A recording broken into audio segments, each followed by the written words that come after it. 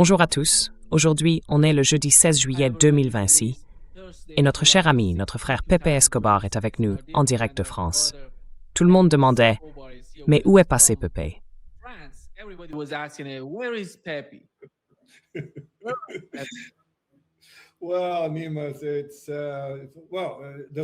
Eh bien, Nima, ton sourire, tu provoques le mien, même au cœur de la plus profonde obscurité. C'est un vrai plaisir d'être à nouveau avec toi. Et avec vous tous aussi, surtout parce que franchement, je ne vois pas de carrefour plus dangereux que celui où nous sommes.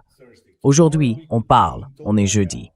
Demain, on pourrait être en enfer total, ou dans les jours qui viennent. C'est un de ces moments de l'histoire, vraiment très très dangereux. J'en parlais avec Nima juste avant qu'on commence, et évidemment, beaucoup d'entre vous verront notre émission dans quelques heures, aujourd'hui à 17 heures, heure de la côte est des États-Unis, juste après la fermeture de Wall Street. Le babouin de la barbarie va publier un décret spécial. Et ça peut être n'importe quoi. Ça peut être le redémarrage de « Retournons voir nos amis allemands », la Total Krieg, la guerre totale.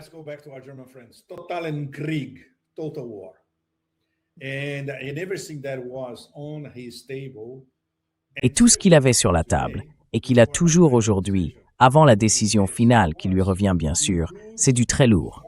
On parle de choses terribles. Une invasion de l'île de Karg, des bombardements indiscriminés tout le long du golfe Persique, et même des frappes sur des infrastructures civiles, ce qu'ils ont déjà commencé à faire. Par exemple, un missile est tombé près d'un hôpital en Iran. Donc, ils ont repris les bombardements sur les infrastructures civiles et les installations électriques à travers le pays. Si ça continue, Nima le sait mieux que quiconque. Tout peut basculer. Et Téhéran a déjà prévenu. À partir de là, il n'y aura plus de limites. Attention à leur riposte. Tout le monde sera concerné. Pas seulement les bases qui ont déjà vu de quoi l'Iran est capable, notamment au Koweït, à Bahreïn et aussi au Qatar.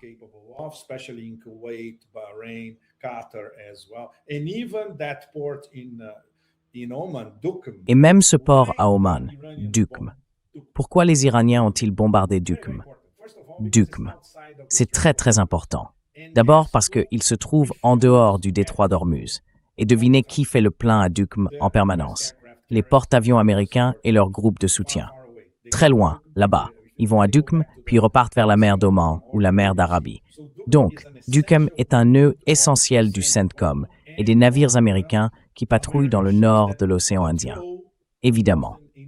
Et la situation va devenir bien pire. Et bien sûr, comme on en parlait avec lui il y a quelques minutes, nos amis du Yémen sont prêts à entrer dans la danse à tout moment. À partir de là, plus aucune règle ne tiendra et ce sera l'enfer assuré.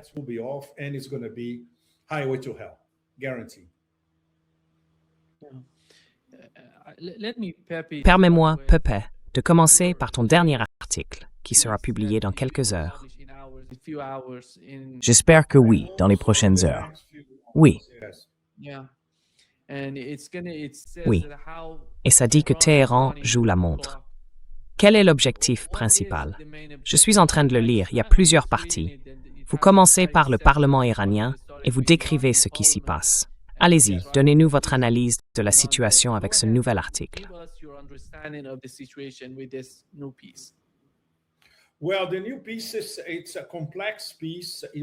Eh bien, ce nouveau texte, c'est un texte complexe. Il était très long au départ. J'avais plus de 3000 mots et je l'ai ramené à moins de 1500 parce qu'il relie plusieurs niveaux d'analyse. Et il ne va pas jusqu'à la situation actuelle où tout pourrait littéralement exploser dans les prochaines heures. Mais il expose, d'un côté, à quel point la position iranienne est restée cohérente depuis des mois, en fait, et surtout depuis la signature du protocole d'accord par les deux parties, Trump à Versailles et les Iraniens. En gros, ce protocole en 14 points, c'était ce que les médiateurs pakistanais ont essentiellement essayé de faire, c'était de convaincre les Américains qu'ils ne pouvaient tout simplement pas modifier ces 14 points.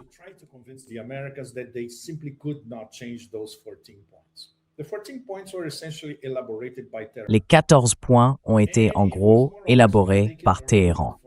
Et pour les Américains, c'était plus ou moins à prendre ou à laisser. Vous voulez une sortie, une issue, une forme de paix, comme vous le dites. Eh bien voilà, c'est ça. Il faut respecter tous ces engagements. Le plus fou, c'est que le président des États-Unis a vraiment signé ce document. Donc on suppose qu'il a lu les 14 points. Mais ce n'est pas sûr du tout. Il est probable qu'il n'ait rien lu puisqu'il ne comprend toujours pas des choses aussi simples que par exemple le nouveau statut de la navigation dans le détroit d'Ormuz qui sera désormais contrôlé et défini par l'Iran. Et l'esprit de Trump, lui, flotte quelque part entre l'Iran et Oman.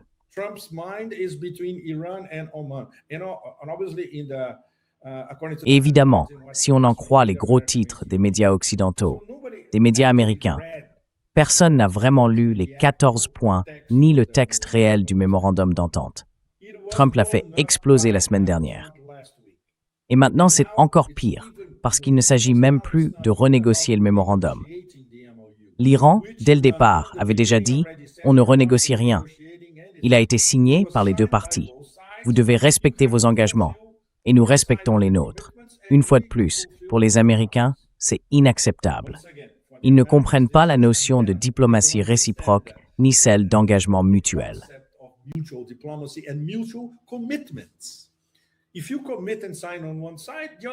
Si vous vous engagez et signez d'un côté, l'autre côté doit faire exactement la même chose. Donc maintenant, non seulement Trump a littéralement fait exploser tout l'accord, mais en plus, il menace à nouveau de bombarder l'Iran, encore une fois. Et cela s'accompagne d'une série de crimes graves, voire de crimes de guerre potentiels, y compris le bombardement d'infrastructures civiles et bien sûr de civils eux-mêmes, encore une fois. Pas seulement ses cibles le long du golfe Persique, mais aussi tout ce qui figurait déjà sur sa table et qui y est toujours aujourd'hui, comme l'invasion de l'île de Karg, en supposant même qu'il soit capable d'envahir l'île de Karg.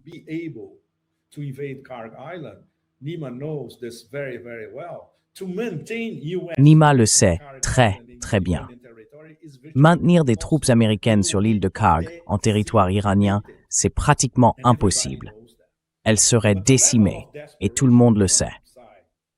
Mais le niveau de désespoir du côté de Trump, et c'est aussi quelque chose dont j'ai parlé en détail dans ma chronique, c'est qu'il n'a jamais voulu négocier avec l'Iran. Il voulait une capitulation, il voulait une reddition, et il voulait vendre cette reddition à l'intérieur du pays, en tirer profit politiquement. À la place, il a obtenu un protocole d'accord, un instrument diplomatique qu'il a dû signer pour donner l'impression qu'il négociait, alors qu'en réalité, il n'a jamais voulu négocier quoi que ce soit.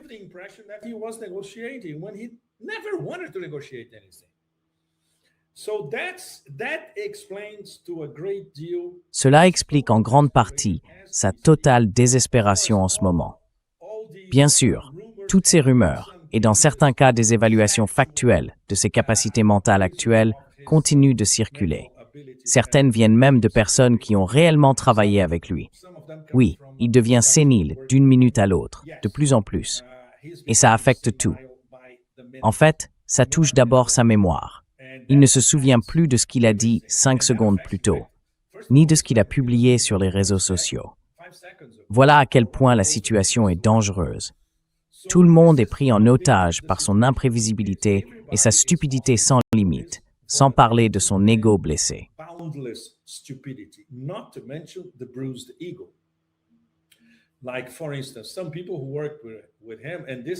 Par exemple, certaines personnes qui travaillent avec lui, et ça circule déjà à Washington, disent qu'il était absolument furieux quand il a vu ces foules en Iran, Nima, parce que les informations qu'on lui avait données disaient que c'était un gouvernement très impopulaire, qui en gros torture la population iranienne. Et là, il voit 40 millions de personnes, partout en Iran, rendre hommage, vous savez, aux funérailles et aux cérémonies de l'ayatollah Khamenei. En plus de ça, comme si la situation n'était pas déjà assez complexe, on entre maintenant en Iran dans l'ère de Mojtaba Khamenei. Et je veux vraiment insister là-dessus. Ça a commencé vendredi dernier. Nous sommes dans les tout premiers jours de Mojtaba Khamenei, le guide suprême de la République islamique d'Iran et le décideur ultime.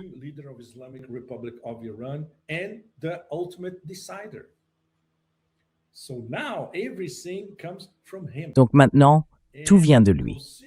Et quand on regarde ce qui existait déjà, par exemple, il y a eu un député du Majlis, le Parlement iranien, qui est passé à la télévision d'État iranienne pour lire une partie des communications internes entre Mojtaba et des personnes proches de lui. Donc, on sait déjà ce qu'il pense. Et la chose la plus importante, Nima, et pour vous tous, c'est qu'il n'a jamais cru à la moindre possibilité de négociation avec les Américains. Exactement comme son père. L'ayatollah Khamenei, en tant que révolutionnaire, en tant que dirigeant politique, en tant que chef religieux et en tant que guide suprême depuis tant d'années, savait déjà par expérience qu'il est impossible de négocier avec les Américains.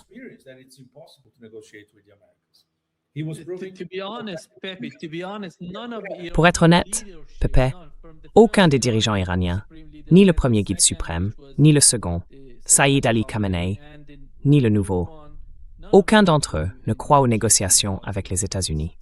Je n'ai jamais entendu le moindre argument positif en faveur de discussions ou d'un accord politique avec les États-Unis. Ça n'a jamais été le cas.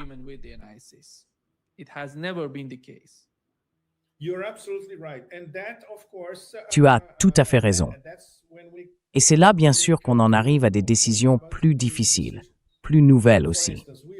Par exemple, on sait déjà qu'il n'a jamais été favorable à des négociations menant à un protocole d'accord, parce qu'il n'a jamais cru que ce serait possible. Mais dans un premier temps, il s'en est remis au Conseil suprême de sécurité nationale. Il leur a dit, écoutez, si vous obtenez une majorité solide, et c'est ce qui s'est passé, si la majorité dit, d'accord, tentons le coup, voyons ce que ça donne, alors je vous soutiendrai. Maintenant, il voit que les Américains ont tout fait exploser. Donc, il avait raison depuis le début. Ça ne marcherait jamais. Alors, d'accord. Ça nous amène à la situation actuelle. Si on a un président des États-Unis désespéré qui rallume la guerre et attaque non seulement des cibles dites militaires, mais aussi des infrastructures civiles iraniennes, l'Iran a déjà déclaré, par de nombreuses sources officielles, que la riposte impliquerait toutes les personnes concernées.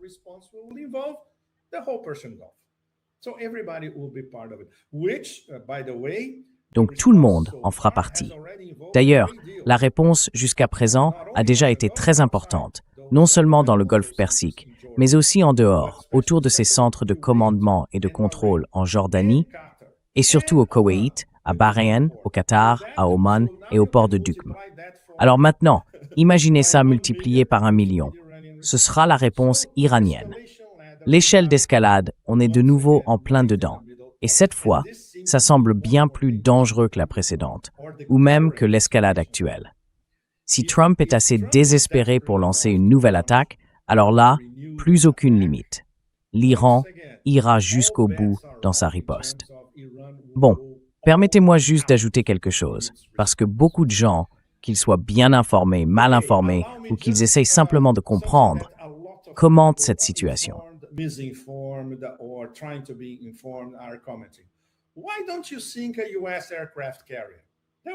Pourquoi ne pas couler un porte-avions américain? Ce serait parfait. Mais évidemment, les Iraniens savent que s'ils faisaient ça, la fureur de l'Empire serait telle qu'elle se traduirait par le lancement de plusieurs bombes nucléaires contre l'Iran. C'est donc l'humiliation suprême. Ils gardent donc cette carte pour plus tard. L'autre carte qui est vraiment fascinante, c'est Bab el-Mandeb. J'ai d'ailleurs republié sur mon compte X le triangle d'Al-Aqsa.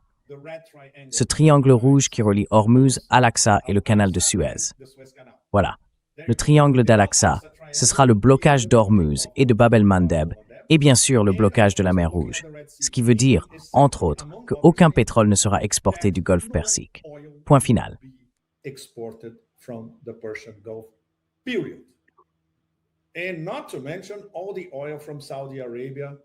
Et sans parler de tout le pétrole venant d'Arabie Saoudite, qui passe par l'oléoduc Est-Ouest vers le port de Yanbu sur la mer Rouge complètement bloqué. Pour Ansar Allah, faire ça, c'est vraiment, vraiment facile. Bien sûr, si on regarde les suspects habituels, comme le pathétique Reuters, et moi venant du milieu de la presse, je sais très bien comment ce business fonctionne. On connaît le rôle de ces agences de presse occidentales. Comment elles travaillent? Comment elles fabriquent des infos? comment elles publient des choses sans source ou avec des sources bidons. Elles disent que ce sont les Houthis. Ces idiots ne sont même pas capables de prononcer le nom correctement, alors qu'il s'agit d'Ansar Allah, le mouvement, et des forces armées yéménites. Les Houthis, c'est une famille du nord du Yémen qui fait partie des fondateurs d'Ansar Allah.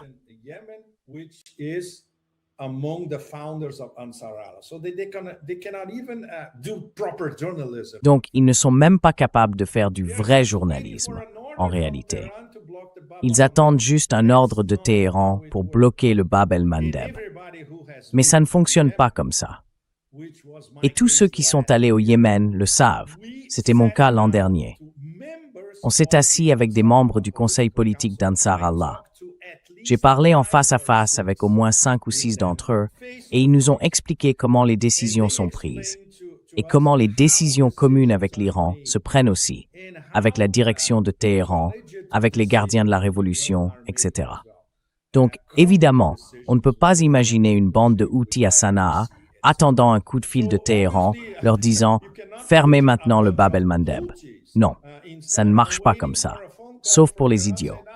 C'est une affaire très très sérieuse.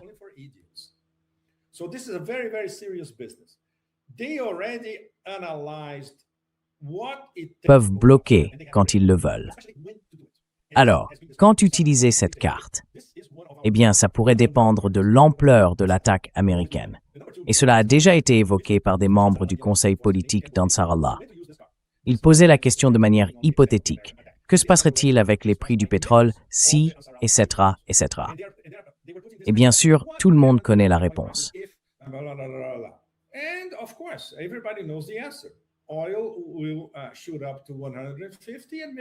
Le prix du pétrole va grimper à 150 et peut-être, en quelques jours, à 200. Et voilà, effondrement de l'économie mondiale. Point final. Effondrement de toute l'énergie qui sort du Golfe Persique pour aller vers les clients du monde entier. Point final. Et le plus fou, Nima, ce que toi, moi et notre public savons, c'est que le niveau de désespoir du président des États-Unis le pousse à faire quelque chose qui va miner sa position politique, l'économie américaine et pire encore, l'économie mondiale. Mais encore une fois, j'ai essayé de trouver des preuves, des parallèles avec une tragédie shakespearienne pour expliquer cette histoire. Impossible. Parce que le personnage principal, le cœur du drame, est totalement insignifiant. Il ne mérite pas le talent de Shakespeare pour tisser une intrigue autour de lui. C'est un petit escroc, un mégalomane narcissique, un psychopathe et un sociopathe.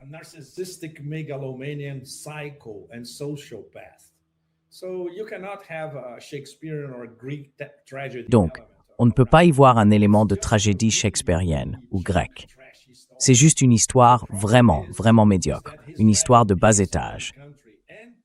Le problème, c'est qu'il entraîne son propre pays et une grande partie du monde avec lui dans ce marécage de narcissisme dans lequel il vit. Et c'est ça, le vrai aspect tragique de ce qu'on est en train de vivre.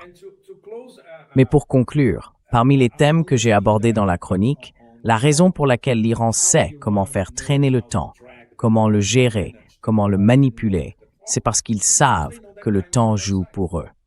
Ils ont compris dès le départ que la principale raison de cette guerre, c'est qu'ils ont eu un avantage presque immédiat, le détroit d'Ormuz. Cette guerre n'a jamais eu pour objet le dossier nucléaire iranien. Ça, c'est le rideau de fumée. La vraie histoire, c'est que c'est une guerre du pétrole et une guerre du pétrodollar.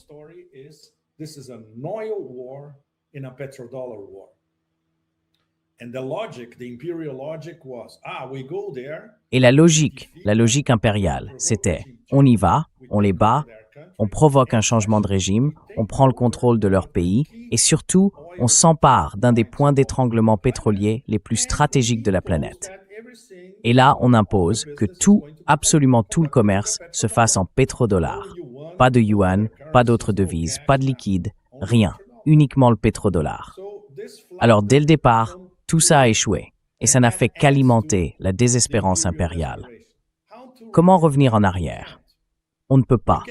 On peut bombarder l'Iran jusqu'à l'âge de pierre et malgré ça, l'Iran contrôlera toujours le détroit d'Ormuz. Comment échapper à ce piège qu'on s'est soi-même tendu? On ne peut pas. Et c'est pour ça, en grande partie, que nous nous retrouvons aujourd'hui, Nima, en ce jour précis, à quelques heures de ce décret exécutif, dans une situation aussi dangereuse.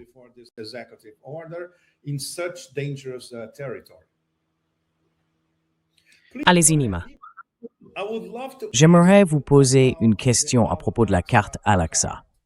Comment vous la voyez? Comment vous l'interprétez?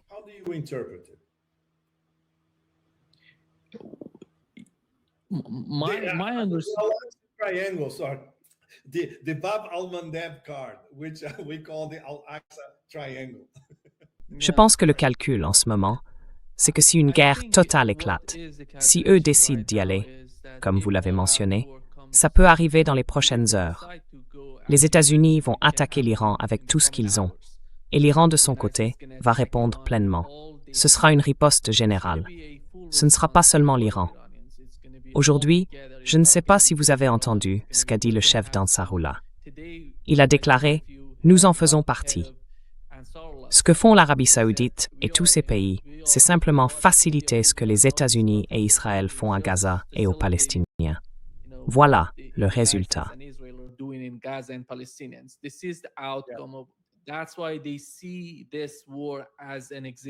C'est pour ça qu'ils considèrent cette guerre comme une guerre existentielle pour le Yémen et qu'ils vont s'y engager.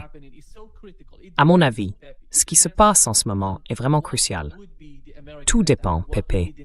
Tout dépend de la nature et de l'intensité de l'attaque américaine contre l'Iran, parce qu'ils sont en train de faire leurs calculs.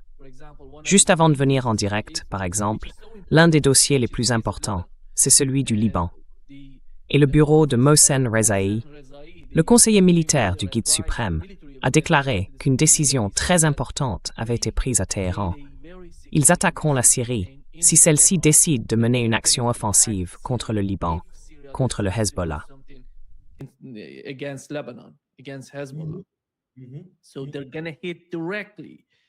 Donc, ils vont frapper directement Damas.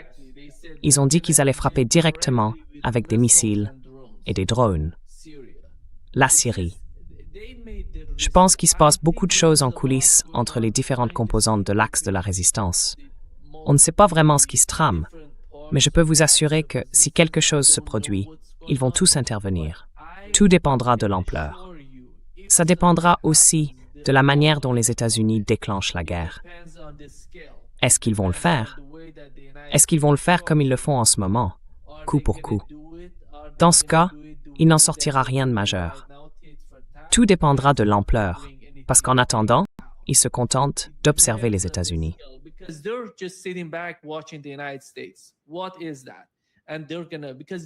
Qu'est-ce que ça veut dire? Eh bien, ils savent qu'ils ont la supériorité dans l'escalade. S'ils décident d'aller plus loin, ils iront au-dessus. S'ils choisissent d'attaquer des installations pétrolières ou peut-être des centrales électriques, comme vous l'avez mentionné, Donald Trump a dit que ce serait pour la semaine prochaine. Je ne sais pas s'il va le faire ce soir ou demain. Personne ne le sait, parce qu'il n'y a aucune logique, aucun calendrier rationnel à Washington. Mais malgré tout, ils sont prêts à tout ça. Ils ont une sorte de plan préétabli. Ils savent exactement quelle serait la réaction à chaque niveau d'escalade de la part des États-Unis. Et ce n'est pas seulement ça. Parce que une des principales raisons pour lesquelles Benjamin Netanyahu a déclaré il y a 2 jours que si l'Iran nous attaque, il n'y aura plus de paix en Asie de l'Ouest, c'est justement lié à cette logique d'escalade. Et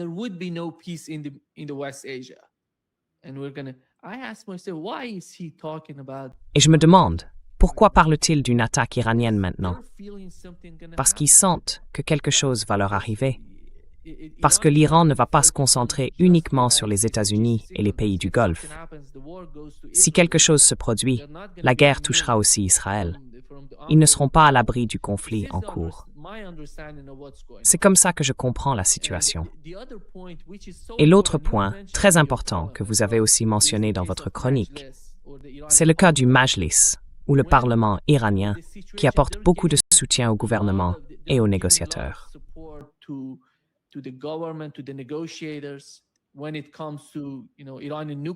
Quand il s'agit, vous savez, du programme nucléaire iranien, ils ont dit non, ils ne reculeront pas. Il y a 2 résolutions au Majlis, c'est-à-dire au Parlement iranien, qui sont vraiment cruciales. L'une concerne le programme nucléaire iranien. Et là-dessus, ils ne feront aucun pas en arrière. Le deuxième point, tout aussi important, c'est la question du protocole d'accord, le MOU. Ce MOU n'existe plus. Il a été anéanti. Les États-Unis ont détruit le MOU. Et s'ils essayent de faire quelque chose, les Iraniens ne reculeront pas. Hier, J.D. Vance a dit qu'il tentait une sorte de manœuvre politique avec ses attaques pour adoucir la position iranienne. Mais rien de tout cela n'est en train de se produire.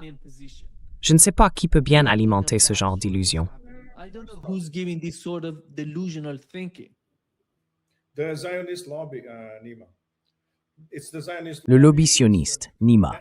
C'est le lobby sioniste, cette espèce de pieuvre absolument horrible à Washington dans les cercles du pouvoir.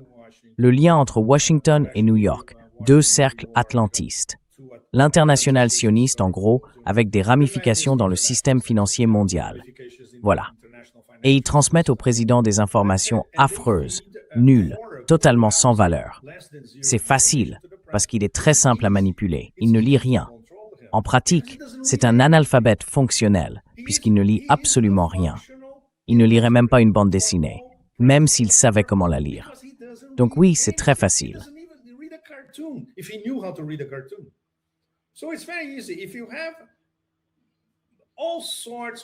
Si vous avez toute une série de petites phrases de Fox News prêtes pour lui, c'est la seule chose qui capte, je dirais, son attention immédiate, pendant 5 secondes à peine. Et c'est tout. Donc c'est très facile de le manipuler. C'est un vrai brontosaure quand il s'agit d'apprendre quoi que ce soit. Et bien sûr, en plus de ça, à cause de son côté mégalomane et narcissique, il refuse d'apprendre quoi que ce soit de qui que ce soit. Il déteste qu'on lui présente des informations qu'il ne connaît pas, parce que ça montre justement qu'il ne sait pas. C'est un trait typique des mégalomanes.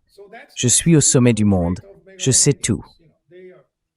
Alors comment voulez-vous parler de diplomatie avec quelqu'un comme ça? How can you possibly discuss diplomacy with somebody like that? It's absolutely impossible. And now with his bruised ego. C'est absolument impossible. Et maintenant, avec son ego blessé, amplifié par ces foules dans les rues d'Iran, et bien sûr, par la réaction générale autour de lui. Évidemment, s'il prête attention à autre chose qu'au présentateur de Fox News, il voit bien qu'il est publiquement humilié partout dans le monde. Voilà le problème. Ces décisions viennent d'une personnalité très fragile, limite, ou même au-delà de la limite, sociopathique et psychotique, avec un ego meurtri, animé par la vengeance, très en colère et en plus glissant vers la démence. C'est le cocktail parfait pour une autoroute vers l'enfer. Absolument parfait. Parfait. Je ne parle pas d'esthétique ici, mais parfait dans le sens où on ne pourrait pas imaginer un cocktail plus explosif que ça. Et si tout ça ne suffisait pas, il y a la question du temps. Il sait très bien qu'il ne contrôle pas le temps. Non seulement il n'a pas de carte en main, mais en plus, il ne contrôle pas l'horloge. Et tout, dans cette horloge, joue contre lui. Surtout l'épuisement des réserves stratégiques de pétrole. On est à peine à un mois de ce moment-là. D'après les meilleurs rapports, y compris un que j'ai reçu de contact à New York, en fait, ils m'ont carrément dit « Écoute, il faut que tu lises ça, parce qu'on a tout calculé. »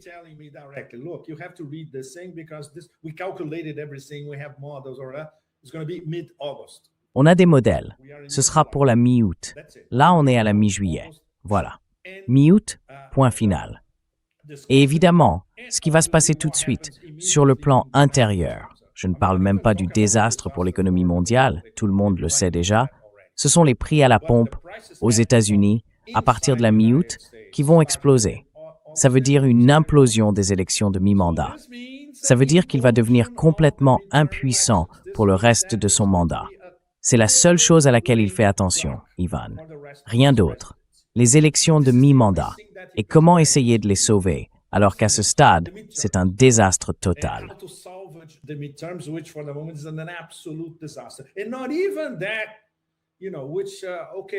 Et même pas ça, tu vois. Bon, d'accord, on pourrait peut-être prendre cette sortie et peut-être qu'on la détruirait après les élections de mi-mandat, Non, lui, il a détruit maintenant. Donc tu vois, c'est waouh! C'est sidérant, le niveau de tout ça, la volatilité, l'inconstance, la démence, tout ce que tu veux. Et bien sûr, il doit satisfaire les donateurs, non ceux qui ont vraiment financé sa réélection. Le lobby, les donateurs, ce compromis qu'ils ont, il ne peut surtout pas tomber entre de mauvaises mains, ni devenir public. Et évidemment, derrière tout ça, ou peut-être devant tout ça, il doit continuer à afficher cette image d'homme fort, de macho, qui masque, je dirais, des montagnes entières de problèmes derrière lui, tu vois. I would say Himalayas of problems behind him, And of course, the Iranian leadership, because they are Et bien sûr, la direction iranienne, parce que ce sont des gens extrêmement rationnels, des hommes instruits, des gens qui étudient, qui lisent, qui comprennent tout. Les vertus d'une bonne discussion, de la rhétorique, de la diplomatie, de l'échange avec les autres, et ainsi de suite. Ils maîtrisent tout ça parfaitement. Et évidemment, leur capacité d'analyse. Ils ont tout calculé et ils se disent « oui, on laisse le temps jouer et on va le rendre fou ». Et c'est ce qui explique, encore une fois, aujourd'hui, Nima. Aujourd'hui, c'est peut-être le jour où il va vraiment perdre la tête. Ou alors, dans les prochains jours, s'il tient sa promesse de tout bombarder à nouveau en Iran.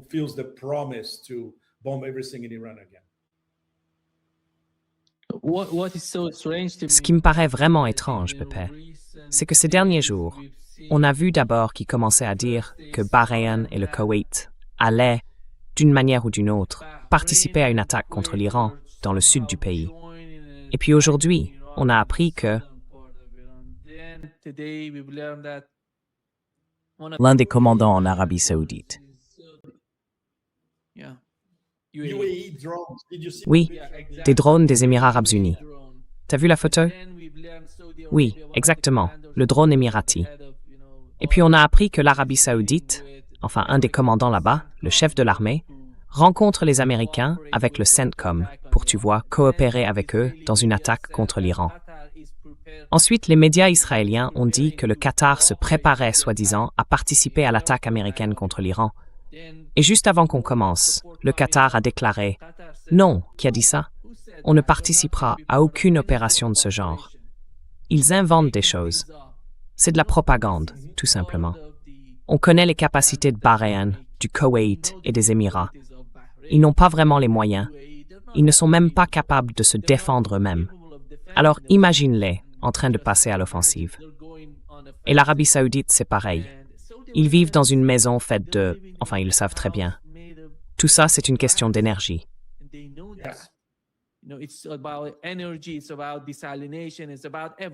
Il s'agit de dessalement. Il s'agit de tout, en fait.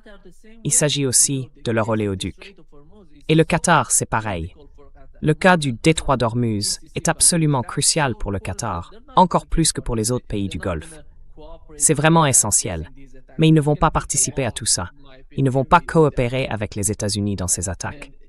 À mon avis, s'ils le font, ils seront anéantis.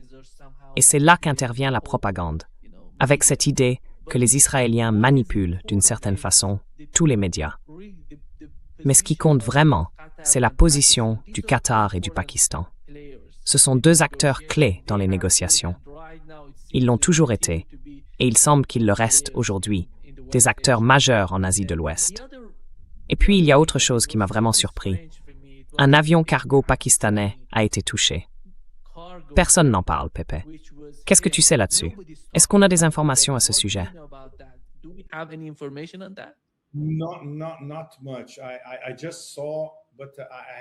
Pas grand-chose. J'ai juste vu passer l'info, mais je n'ai pas encore lu les détails. Et bon, l'angle pakistanais est vraiment, vraiment compliqué. Je suis sûr que vous le savez et que notre public le sait aussi. Larry Johnson et moi, on travaille sur un nouveau projet, Transition Protocol, qui d'ailleurs se développe très vite. Pour une jeune chaîne, en un mois, on a déjà atteint 70 000 abonnés, ce qui est assez remarquable, et nos vidéos font facilement 80-90 000 vues. Mais aujourd'hui, j'ai envoyé un message très direct, très clair, à l'un de nos contacts, pour demander en fait directement au médiateur pakistanais, qu'est-ce que vous cherchez vraiment à faire? Et surtout, qu'est-ce que vous comptez faire pour soutenir l'Arabie Saoudite, si les Saoudiens sont en train de comploter contre l'Iran. Saudi Arabia if the Saudis are conspiring against Iran. You are mediators. You cannot do that. And Vous êtes des médiateurs. Vous ne pouvez pas faire ça. Et qu'est-ce que ça veut dire, exactement? On entend des échos venant de certaines personnes bien placées au Pakistan, selon lesquelles, en fonction de ce que le Yémen fera contre l'Arabie saoudite, le Yémen devra en payer le prix. C'est donc très inconfortable pour nous tous. Parce que Larry et moi, on a accordé beaucoup de crédit aux informations qu'on recevait du renseignement militaire pakistanais, des médiateurs à la table, de ce lien entre les Pakistanais et les Qataris, avec les Omanais impliqués dans certaines de ces négociations. Mais maintenant, il y a une possibilité que tout cela soit en train de se déliter, parce que la position saoudienne est extrêmement ambiguë. Because the Saudi position is extremely ambiguous. And there is no explanation whatsoever. Et il n'y a absolument aucune explication, Nima, et pour vous tous dans le public, à pourquoi l'Arabie saoudite interviendrait contre le Yémen maintenant, en essayant de bombarder la piste de l'aéroport international de Sanaa. C'est totalement suicidaire et au-delà de stupide, contre leurs propres intérêts. D'autant plus qu'ils ont un protocole d'accord avec le Yémen. D'ailleurs, je suis sûr que vous le savez tous. Et c'est pour ça qu'il n'y a pas eu de guerre entre Sanaa et Riyad ces dernières années. Donc, ils ont violé leur propre accord. Est-ce qu'ils en sont arrivés à un point de désespoir total parce que l'Iran a réussi à briser le blocus aérien contre le Yémen, un blocus imposé par l'Arabie saoudite depuis maintenant 11 ans?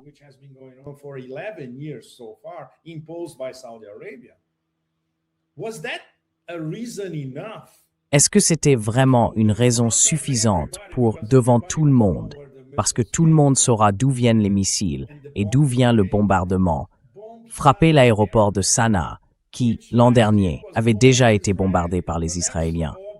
Mais ça, c'est évident. C'est la logique de la mort.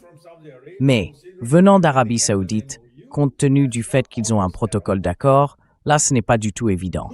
Personne n'a de réponse. Et j'ai aussi demandé à nos contacts et à nos sources pakistanaises, bon, donnez-nous une raison et demandez directement aux Saoudiens.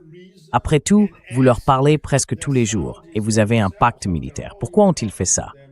De quel côté sont-ils? Est-ce qu'ils jouent encore sur les deux tableaux? Which side are they on? Are they hedging again? Is MBS completely out of his mind? Est-ce que MBS a complètement perdu la tête? Il y a énormément de questions sans réponse et des questions très très sérieuses. On essaie d'obtenir des réponses, mais c'est très difficile parce que ça touche à des sujets de sécurité nationale, de sécurité militaire, à des discussions qui ne devraient pas être rendues publiques, et ainsi de suite. Mais si on considère que nous sommes maintenant engagés dans un projet où nous soutenons en fait une médiation entre l'Iran et les États-Unis, par l'intermédiaire de médiateurs, les Pakistanais, les Omanais, les Qataris, même la Turquie. Eh bien, par exemple, quand nous avons appris que la seule chose qui empêche Trump d'être complètement hors de contrôle, c'est que le maréchal Asim Munir au Pakistan et Erdogan essaient ensemble de le convaincre de se calmer un peu.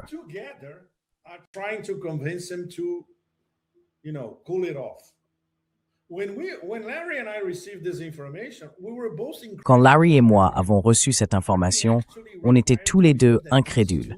On doit vraiment croire que ces deux personnes sont notre seule chance, partout dans le monde, de plus ou moins garder Trump entier. Apparemment, oui, c'est bien ça l'histoire. Et elle a été confirmée à nouveau. Les sources ont dit que c'était absolument exact, parce que Trump appelle les Pakistanais tous les jours en leur demandant de trouver une sorte de réaménagement du protocole d'accord qui ne ressemble pas à une humiliation, pour qu'ils puissent ramener les Iraniens à la table des négociations. Si tu étais, non, tu es iranien, Nima. Si tu faisais partie des négociateurs iraniens, tu reviendrais à la table, juste sur la promesse que cette fois, il va bien se comporter. Bien sûr que non. Non.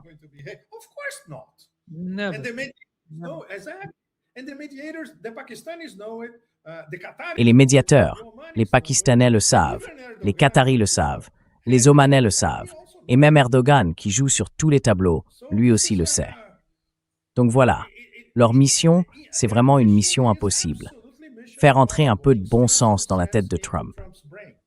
Et il ne reste plus que 2 personnes capables d'essayer. C'est complètement fou. Complètement fou. Et évidemment, la carte saoudienne que les Saoudiens doivent eux-mêmes expliquer, même à leur propre soutien. Mais qu'est-ce qu'ils sont en train de faire là? Parce que s'ils continuent comme ça, c'est très simple. Ansar Allah bloquera le Bab el-Mandeb. Ansar Allah bloquera les exportations depuis le port de Yanbu. Ansar Allah bloquera le flux de pétrole dans l'oléoduc Est-Ouest. Et les silos se retrouveront avec moins que rien. Ils doivent le savoir. Et pourtant, ils ont fait ce qu'ils ont fait.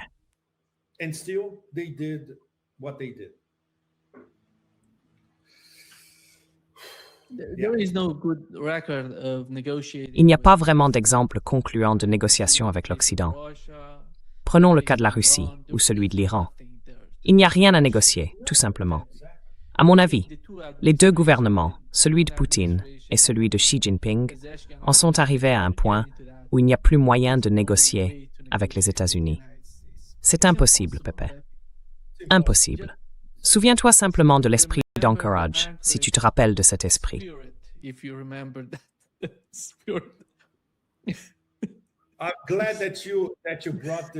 Je suis content que tu en parles, Nima. Désolé, je ne veux pas te couper. Il a fallu des mois aux Russes pour comprendre que l'esprit d'Anchorage, c'était du baratin. Finalement, il y a seulement quelques jours, ils ont compris. Les Iraniens, eux, l'avaient compris dès le début, que tout ça, c'était du baratin. Ils ont été bien plus rapides. Vas-y, je t'en prie.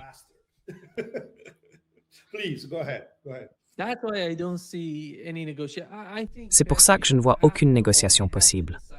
Je pense, Pepe, qu'au fond, ils devront trancher ça sur le champ de bataille. Ils vont se battre. Ils vont voir qui a l'avantage, qui domine vraiment. Et au final, il n'y a pas d'autre issue. Parce que leur façon de négocier, en réalité, c'est une manière de te tromper. Ce n'est pas une vraie négociation, non? Tout leur jeu, c'est un jeu à somme nulle. Un jeu à somme nulle. Ça n'a pas changé. Ça n'a pas changé du tout. Peu importe qu'il s'agisse de la Russie, de l'Iran ou de n'importe quel autre dossier, même avec leurs alliés. Tu vois, pour eux, il s'agit toujours de gagner, jamais de donner quoi que ce soit en retour.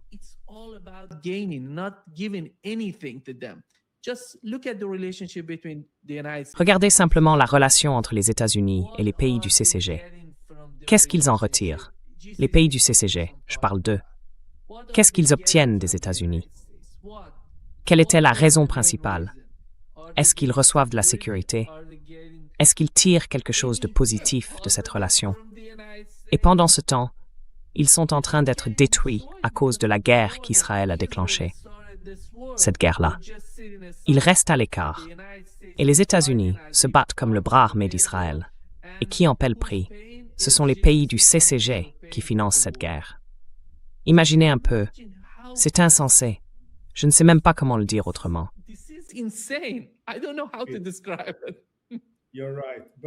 Tu as raison, mais on s'attend à ce qu'ils tirent les leçons. Apparemment non. La plupart n'ont toujours pas compris. Il faudra peut-être qu'ils soient détruits pour qu'ils apprennent enfin, non?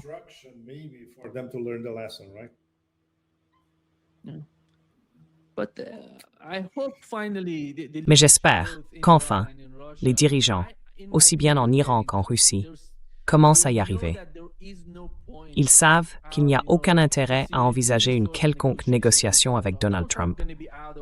Donald Trump sera hors du pouvoir dans 2 ans, 2 ans et demi. Dans les 2 prochains mois, il va être pris par les nouvelles élections aux États-Unis, oui, les élections de mi-mandat, et ils vont être complètement concentrés là-dessus. Ensuite, on sera déjà en 2028. C'est pour ça que J.D. Vance commence à circuler.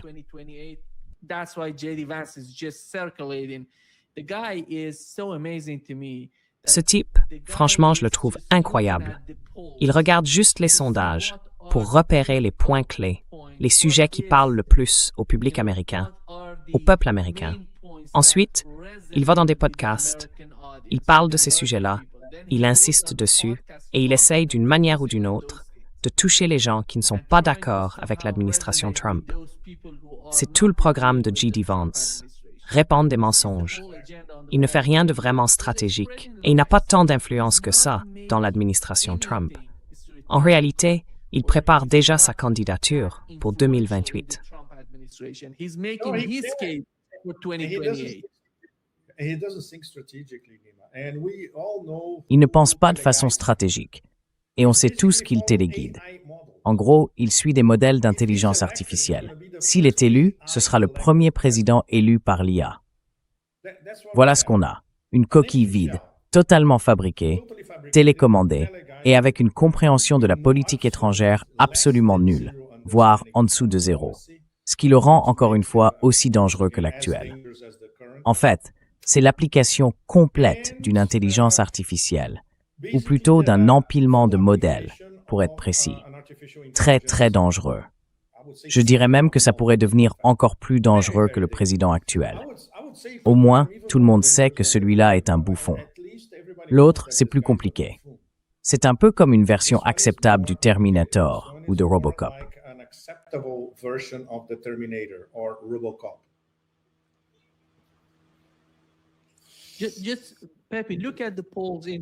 Pepe, regarde simplement les sondages aux États-Unis. Toutes ces personnes sont censées se préoccuper de ce qui se passe en Ukraine. Mais en réalité, personne ne s'en soucie. Personne ne se préoccupe de la guerre en Asie de l'Ouest contre l'Iran, sauf quand ça a des répercussions sur l'économie américaine. Les gens ressentent les effets de la guerre en cours entre les États-Unis et l'Iran. Is a stes frank to Carry, Lewis Samery qui s'embrace hard à l'extrude wasper. Nomming. Et le prix de la guerre. Exactement. Le prix du pétrole, c'est tellement important. Je l'ai déjà mentionné. Ça influence leur économie, leur vie. C'est pour ça qu'ils vont s'en préoccuper. C'est pour ça que l'administration Trump manipule tout pour faciliter, pour améliorer la situation à l'intérieur des États-Unis. À mon avis, c'est la seule raison. Pepe, tout tourne autour du marché du pétrole. Franchement, pour moi, tout tourne autour du marché du pétrole.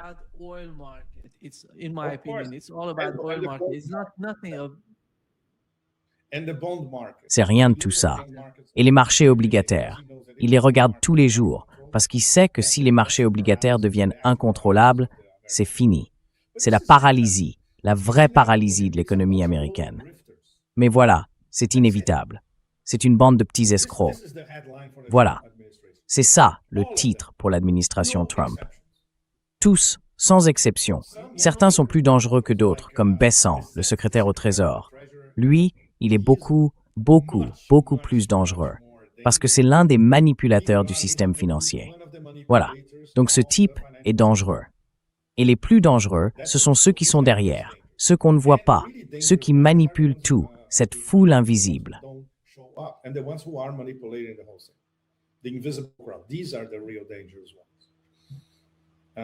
Ce sont vraiment les plus dangereux. Devant, le visage public de cette bande d'escrocs, c'est l'escroc en chef, qui se trouve être un narcissique, un mégalomane, un psychopathe sénile. Eh bien, ça explique dès le départ pourquoi il a lancé cette guerre.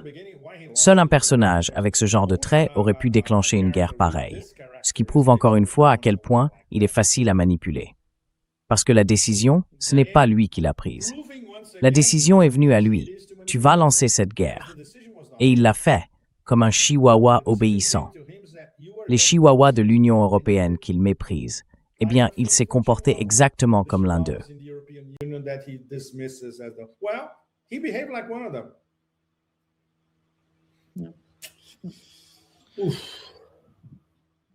Merci.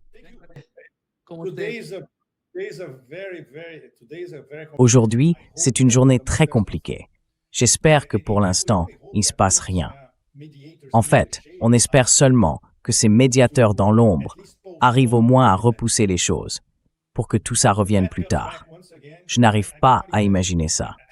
Je n'arrive même pas à croire que je le dis, mais c'est vrai. Tout dépend d'Hassim Mounir et d'Erdogan qui diraient à Trump « Écoute, ne fais pas ça ». Parce que là, il faut les écouter, mais puisqu'ils n'écoutent personne d'autre, à part les donateurs, les médiocres qui l'entourent, et j'en passe. Les généraux du CENTCOM, complètement perdus, désespérés de voir toute leur base militaire réduite en poussière sans qu'ils puissent rien y faire. Dust, and there's nothing they can do about it. Can you imagine how these guys feel at the moment? Tu peux imaginer ce que ces gars ressentent en ce moment. Et ils n'ont même pas de plan de guerre parce qu'on en a parlé encore et encore.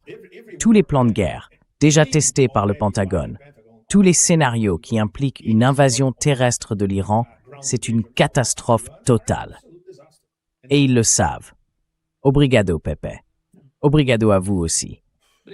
Non, ça c'est une histoire pleine d'horreurs multiples. C'est comme un Rocky Horror Show à répétition. Et ça ne s'arrête pas. Non, ça ne s'arrête jamais. Un Rocky Horror Show sans fin. Merci, Pidge. Merci beaucoup. Merci à tous. Merci, Nima. Santé. Au revoir. Bye-bye. Au revoir.